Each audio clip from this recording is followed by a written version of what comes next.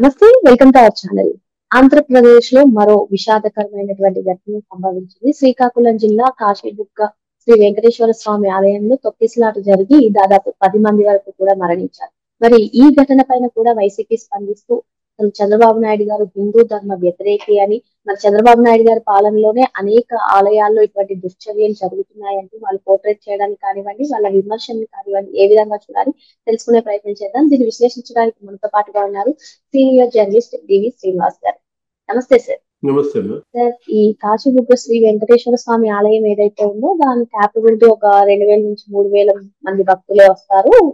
కానీ ఈసారి అనుకోకుండా 25,000 మంది వచ్చారని చెప్తున్నారు.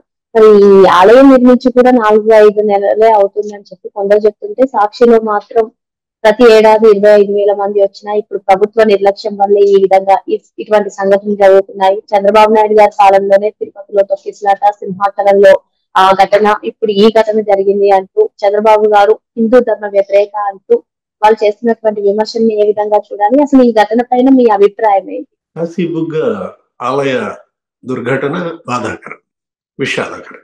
ఎందుకంటే ఇప్పుడు అదేంటి, మృతుల కుటుంబాలకి ప్రగాఢ సానుభూతి తెలియజేస్తున్నాం మన తరఫున, మన ఛానల్ తరఫున. అదేవిధంగా క్షతగాత్రులు త్వరగా కోలుకోవాలని ఆశిస్తాం. తొక్కిసలాట ఇదేంటిది?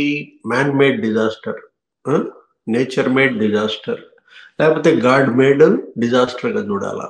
ఇప్పుడు ఈ ఆలయం కట్టి మీరే చెప్పారు, ఇది ఈ నిర్మాణం ప్రారంభమై 4 ఏళ్ళు, మొన్నే కంప్లీట్ అయింది జూన్ లోనో ఎప్పుడో. ఇది మొదటి కార్తీక మాసం, ఏకాదశి. ఆయనే చెప్తున్నారు, ఎవరు? ఆలయ నిర్వాహకులు. ఇది ప్రభుత్వ పర్యవేక్షణలో ఉన్న దేవాదాయ శాఖ ఆలయం కాదు. ఇదేది ప్రైవేట్ ఆలయం. అంత మాత్రాన ప్రభుత్వం బాధ్యత లేదు అని మనం కూడా అన్నాం. ప్రైవేట్ ఆలయమైనా దేవాదాయ శాఖ ఆలయమైనా పర్యవేక్షణ చూడాల్సిన బాధ్యత వీళ్ళపైనే ఉంటుంది. కాకపోతే అసలు ఆయనే ఇంటిమేట్ కూడా చేయలేదు. ఎవరు? ఆలయ నిర్వాహకుడు హరిముకుంద్ పండా. అతనేంటి కట్టాడు ఆలయం. ఆ కట్టిన ఆలయంలో కూడా మరి ఏంటి, అసలు ఈ టెంపుల్ ఒక డిఫరెంట్గా ఉంది. వెంకటేశ్వర స్వామి ఆలయం ఎలా, అదేదో రైలింగ్, ఆ మెట్లు ఎక్కి పైకి వెళ్ళాలి. అంటే ఫస్ట్ ఫ్లోర్ నుంచి ఉంటది ఏది టెంపుల్, ఇది భూమి మీద నుంచి ప్రారంభం కాకుండా ఒక 20 మెట్లు ఎక్కి పైకి వెళ్తే నీకు ఆలయం అన్నమాట. ఆ మెట్లు ఎక్కే క్రమం, నెక్స్ట్ అది మరి ఆ మెట్లు సరిగ్గా కట్టారా లేదా, మరి రైలింగ్ ఏదో ఊడింది అంటున్నారు. అంటే నిర్మాణంలోనే లోపభూయిష్టత ఉన్నదా? దాని ప్లాన్, డిజైన్, అసలు ఇవన్నీ కూడా పర్ఫెక్ట్ గా తీసుకునే చేశారా? విచారణకు ఆదేశించారు. అటు హోంశాఖ విచారణకు ఆదేశించింది అనిత, నెక్స్ట్ ఇక్కడ ఎవరు, జిల్లా కలెక్టర్ ఆయన కూడా మరి విచారణకు ఆదేశించారు. 3 మెన్ కమిటీ ఏదో వేసినట్టున్నారు. ఇది తొక్కిసలాట మొన్నే మొంతా తుఫాన్ ఏంటి, మరణాల సంఖ్య తగ్గించారు. ఏదో ఒక 6-7 చనిపోయినట్టున్నారు. ప్రభుత్వం దానికి ముందస్తు ప్రణాళిక, చర్యలు ఏది 10 రోజులు, వారం రోజుల ముందు నుంచే ఎలా మొంతా తుఫాన్ ఎదుర్కోవాలి ఏంటి, వాతావరణ శాఖ ఇచ్చినటువంటి ఆ సందేశాలు ఎప్పటికప్పుడు RTGS ద్వారా దగ్గర మరి 2-3 కోట్ల మందికి సందేశాలు పంపించారు, అలర్ట్ చేశారు, ప్రజల్ని కాపాడారు. దానికి ఏంటి, హెచ్చరికలు ఉన్నాయి వాతావరణ శాఖ నుంచి మనం చూసాం. ఇక్కడేంటి, దీనికి ఏమైనా హెచ్చరిక ఉంటుందా? దీన్ని ముందస్తు చర్యలు ఏమైనా తీసుకోవాలా? అది అతను ఎవరు, నిర్వాహకుడు గనక ఇంటిమేట్ చేస్తే, ఇప్పుడు పండ ముందే గనక పోలీసులు తెలియజేస్తే, ఆయనే చెప్తున్నాడు కదా, నేనే ఊహించలేదు ఇంతమంది వస్తారని. మామూలుగా 2,000 మంది వస్తారు, 2,000 మందికే మేము ప్రసాదాలు కూడా సిద్ధం చేస్తుంటాను. సోమవారం ఏంటది కార్తీక మాసం, నెక్స్ట్ ఇది కూడా ఇది ఏకాదశి. ఇప్పుడు 20,000 మంది భక్తులు వచ్చారంట. అంటే 10 రెట్లు వచ్చిన దీన్ని ఇక్కడ ఈ విపత్తుని, ఈ దుర్ఘటనని రాజకీయం చేయకూడదు, రాజకీయ కోణంలో చూడకూడదు. ఇప్పుడు చేయాల్సింది, జరగాల్సింది ఏంటి, క్షతగాత్రులకు మెరుగైన వైద్యం అందుతుందా లేదా, ఆ మృతుల కుటుంబాలకి ప్రభుత్వం న్యాయం చేస్తుందా లేదా, నిర్వాహకులు ఏమైనా ఇస్తున్నారా లేదు మీరైనా ఇవ్వండి. ఇప్పుడు రాజకీయ పార్టీగా వైఎస్ఆర్ కాంగ్రెస్ పార్టీగా అయినా మొన్న ఏదో బొత్స సత్యనారాయణ మనం చూసాం, ఏదో ఇద్దరికి మరి ఇచ్చారంట, చెరొక 5 లక్షలు ఏమో, ఇద్దరు చనిపోతే ఎక్కడో. ఇట్లాగే విజయనగరం ఆ దరిదాపుల్లో. ఇప్పుడు అట్లా మీరు ఇక్కడ 9 మంది ఏమో చనిపోయారంటున్నారు. ఇంకో 3 పరిస్థితి ఏమో ఆందోళనకరంగా ఉందంటున్నారు. 13 మందికి గాయాలు, మరి వైద్యం అందిస్తున్న నేపథ్యంలో ఆ మృతుల కుటుంబాలను ఆదుకోండి. మీ పార్టీ తరఫున కొంత విరాళం ప్రకటించండి. ప్రభుత్వం కన్నా ముందే ప్రకటించండి, మీకు మైలేజ్ వస్తుంది. అంటే చేయాల్సిన విధానం ప్రతిపక్షంగా వైఎస్ఆర్ కాంగ్రెస్ పార్టీ ఇప్పుడు బొత్స సత్యనారాయణ చెరొక 5 లక్షలు ఇచ్చారు, ఇద్దరు కాబట్టి ఇచ్చినట్టున్నాడు. ఆయన సొంత డబ్బులు ఇచ్చుంటాడు. పార్టీ డబ్బులు, జగన్మోహన్ రెడ్డి డబ్బులు ఎలా ఇస్తాడులే కానీ.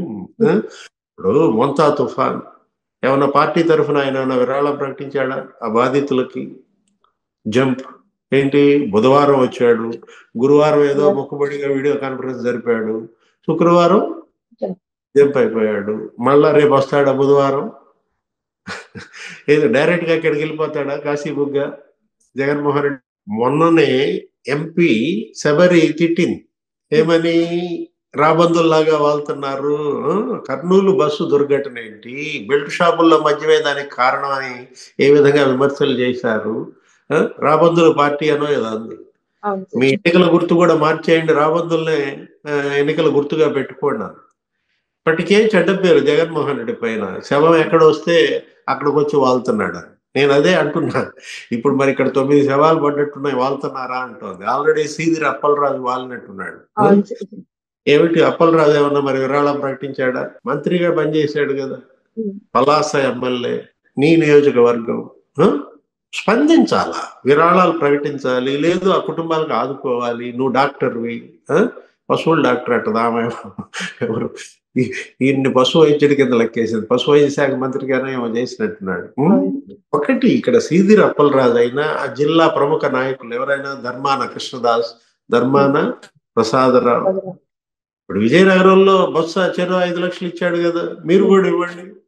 ధర్మాన ప్రసాదరావు మరి అటు రాజశేఖర రెడ్డి క్యాబినెట్ లో చేశాడు, రోసయ్య, లేకపోతే ఈయనెవరు కిరణ్ కుమార్ రెడ్డి, అందరు క్యాబినెట్లు, ఇప్పుడు జగన్మోహన్ రెడ్డి క్యాబినెట్ లో పనిచేశాడు. సుదీర్ఘకాలం మరి మంత్రిగా రాష్ట్రానికి పనిచేసిన ధర్మాన ప్రసాదరావు ముందుకొచ్చి ఆదుకోండి, ఎవరు వద్దన్నారు? మీరు కూడా విరాళాలు ప్రకటించండి చనిపోయిన కుటుంబాలకి. అది వదిలేసి తొక్కిసలాట అనేది ఇది ఎవరు నివారించలేరు కదమ్మా. ఇదేంటి ఇప్పుడు కరూరు దుర్ఘటన మొన్న, విజయ్ ఆయన హీరో విజయ్ చూసావు కదా, అక్కడ కరూరులో తొక్కిసలాట జరిగింది, 3 మంది చనిపోయారు. ఆయన సొంతంగా విరాళం ప్రకటించాడు. ఏది, ఆయన అభిమానులు మరి ఆయన చూడటానికి వచ్చిన వాళ్ళు చనిపోయారు. ఎవరో ఒక ఆమె ఎవరో తిరస్కరించినట్టు. ఇప్పుడు గోదావరి పుష్కరాల్లో చనిపోయారు, తొక్కిసలాట. దానికి చంద్రబాబుకి ఏంటి సంబంధం?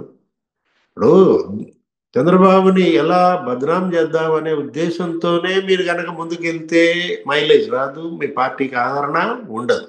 ఎప్పుడు వైఎస్ఆర్ కాంగ్రెస్ పార్టీకి ఆదరణ వస్తుందంటే జనంతో ఉండండి, జనంలో తిరగండి, మమేకం కండి. అంతేగాని బెంగళూరులో నేను ఉంటాను, ఇక్కడ వచ్చేసి గడ్డి ఇసిరి వెళ్ళిపోతానంటే హైదరాబాద్ లో ఇక్కడ ఇంకో అంశం సార్, మొంతా తుఫాను చంద్రబాబు గారి హయాంలో, చంద్రబాబు గారు వస్తే కరువు వస్తుంది, తుఫాన్లు వస్తాయి. ఈ రోజు ఈ ఘటన పైన కూడా చంద్రబాబు గారి హయాంలో ఆలయాల్లో ఇటువంటి ఘటనలే సంభవించాయి. ఇటువంటి రాజకీయ పరంగా ఇటువంటి సంఘటనలు, ఇటువంటి పరిస్థితులను అడ్డం పెట్టుకుని లబ్ధి పొందాలని చూడడం ఎంతవరకు కరెక్ట్ అంటారు? అంటే ఇక్కడ మీరు చూడాల్సింది స్పందన, ప్రభుత్వం ఎలా స్పందించింది, చర్యలు, ప్రభుత్వపరమైన చర్యలు ఎలా తీసుకున్నారు. ఇప్పుడు ఒకటి, జగన్మోహన్ రెడ్డి హయాంలో కూడా పడవ ప్రమాదం జరిగింది. అక్కడ గోదావరి పాపికొండల దగ్గర పడవ మునిగిపోయి అనేక మంది చనిపోతే ఏమిటి, ఆ రోజు ప్రభుత్వం ఏ విధంగా స్పందించింది? అన్నమయ్య డ్యామ్ కొట్టుకుపోయింది, సజీవ సమాధి అయ్యారు. ఏది, దగ్గర దగ్గర 30 మంది చనిపోయారు. జంగారెడ్డి గూడెంలో మద్యం దాగి కల్తీ మద్యం 30 మంది చనిపోయారు. జగన్మోహన్ రెడ్డి హయాంలో జరగలేదమ్మా. అంటే ఇప్పుడు ఒకటి, ఆల్రెడీ భూమన కరుణాకర్ రెడ్డి బిగించేశాడు, తిరుమల వైకుంఠ ఏకాదశి నాడు తొక్కిసలాట 7 చనిపోయారు, దాన్ని దీన్ని పోలుస్తాడు. ఇది దురదృష్టకర పరిణామాలు. అంటే ప్రభుత్వం కూడా మేల్కోవాలి. ఏది, ప్రభుత్వం ఇవాళ ప్రతిపక్షం ఏంటి గద్దలాగా ఎదురు చూస్తారు, ఎక్కడ అవకాశం దొరుకుద్దా వీళ్ళని బదనాం చేయాలని చెప్పి వాళ్ళంతా గుంటనక్కల్లాగా వాళ్ళు పొంచి ఉన్నప్పుడు ప్రభుత్వం కూడా ఏంటి ఎక్కడికక్కడ ప్రజలను అలర్ట్ చేయటం, అటు వీళ్ళందరికీ కూడా ఒక దిశానిర్దేశం చేయటం, అటు కలెక్టర్లు కావచ్చు, ఆ జిల్లా బాధ్యులైనటువంటి మంత్రులు కావచ్చు, ఇలాంటి ఆలయాలు, ఇటువంటి పండుగలు, ఏది లోకల్ గా ఫెస్టివల్స్ జరుగుతుంటాయి. నెల్లూరులో మనం చూసాం, రొట్టెల పండుగ జరుగుతూ ఉంటుంది. విపరీతంగా వస్తారమ్మా. కానీ ఇవాళ ఇలాంటివి జరుగుతున్నాయా? రొట్టెల పండుగ నెల్లూరులో ప్రతి సంవత్సరం జరుగుద్ది అన్నమాట. ఈ మామూలు మా కుంభమేళ, తొక్కిసలాట, ఎంతమంది చనిపోయారు? కాకపోతే ఒకటి, దీన్ని గుణపాఠంగా తీసుకోవాలి. కాశీబుగ్గ ఈ ఆలయ దుర్ఘటనను గుణపాఠంగా తీసుకోవాలి. భవిష్యత్తులో ఇలా కాకుండా నివారణ చర్యలు చేపట్టాలి, అడ్డుకట్ట వేయాలి. ఇలాంటి ఆలయాలు ఇంకెన్ని ఉన్నాయి? ఎక్కడెక్కడ లోకల్ గా ఫెస్టివల్స్ జరుగుతున్నాయి, ఇది గ్రామోత్సవాలు జరుపుతూ ఉంటారు.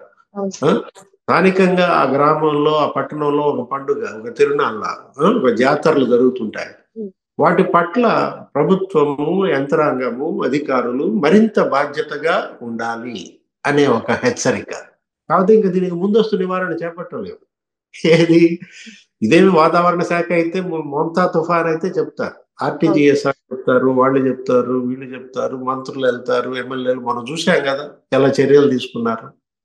దీనికి అలాంటి హెచ్చరికలు ఏమి ఉండవు. కాబట్టి అక్కడ ఎడ్యుకేట్ చేయాలి. ఏది అటు భక్తులనైనా, అటు నిర్వాహకులనైనా దీన్ని మాత్రం గుణపాఠంగా తీసుకోవాలి. రాబోయే 3 ఏళ్ళు ఇలాంటివి జరగకుండా ఈ ప్రభుత్వం అభివృద్ధి పైన, సంక్షేమం పైన దృష్టి పెట్టేటట్టుగా మరి ప్రకృతి కూడా సహకరించాలా.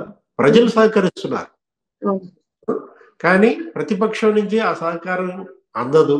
అందుట్లో మామూలుగా ప్రతిపక్షం నుంచి సహకారం అందదు. ఇదేంటిది? ఇది ప్రతిపక్షం కాదు, ఇదేంటిది వైఎస్ఆర్ కాంగ్రెస్ పార్టీ.